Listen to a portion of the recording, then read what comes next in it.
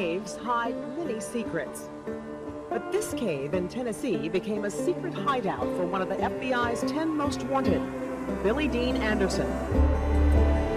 Anderson had been accused or convicted of a series of crimes in the 1960s and 70s. After breaking out of the maximum security section of the Morgan County Jail, Anderson holed up in the cave near his boyhood home, while local, state, and federal authorities mounted a massive manhunt. While Anderson was known to authorities as a bad man, he was revered by many people in the Tennessee mountains where he was born. They couldn't understand why he was on the 10 most wanted list, claiming they hunted him down like an animal.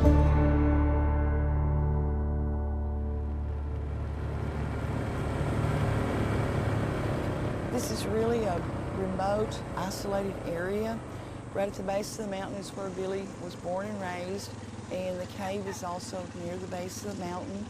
I live sort of on the border between the two states. Sorry, Bella, that you couldn't go. My dad used to make moonshine just over the hill at a place called the Frog Pond.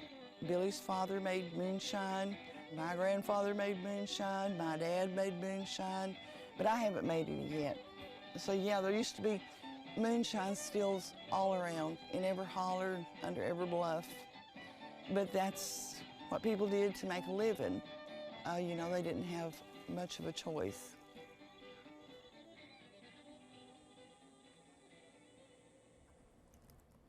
I wanted that story to be out there.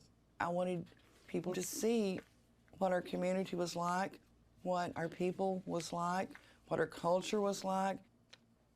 In other words, I couldn't write a book about a person without writing about the people, because the people of the community make the person.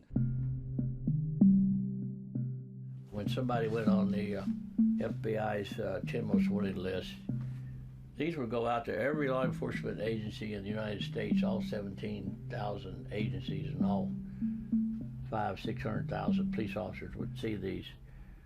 So once Billy was placed on the FBI's 10 most wanted list, he went to ground, as they say, and I mean literally went to ground. In his case, he went into a cave, and that's where he remained for the most part for the next 4.5 years before we finally encountered him in his mom's backyard in Pall Mall, Tennessee.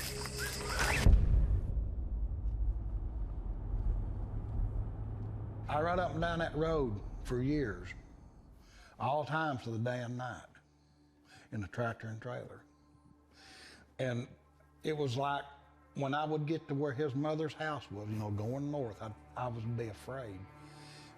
When I went around the curve, that Billy would be standing there hitchhiking.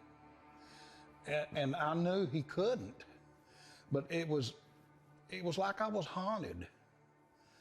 You know, it haunted me, the way they did things down there that night. It still bothers me. And I may not ever get over it.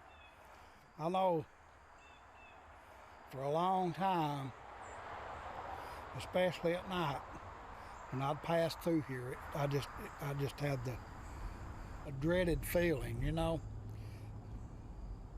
knowing how things went down, and they had basically turned him into the monster that he was. I'm gonna tell you what the truth, but nobody knows. Well, he's a preacher one minute and the devil the next. He was absolutely a very dangerous man. He was a man that you should dread.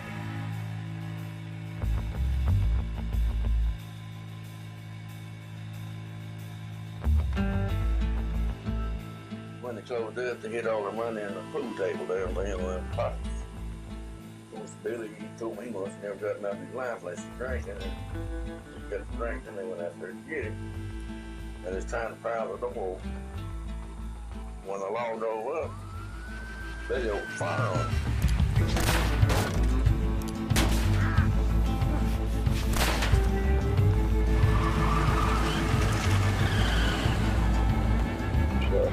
Sure.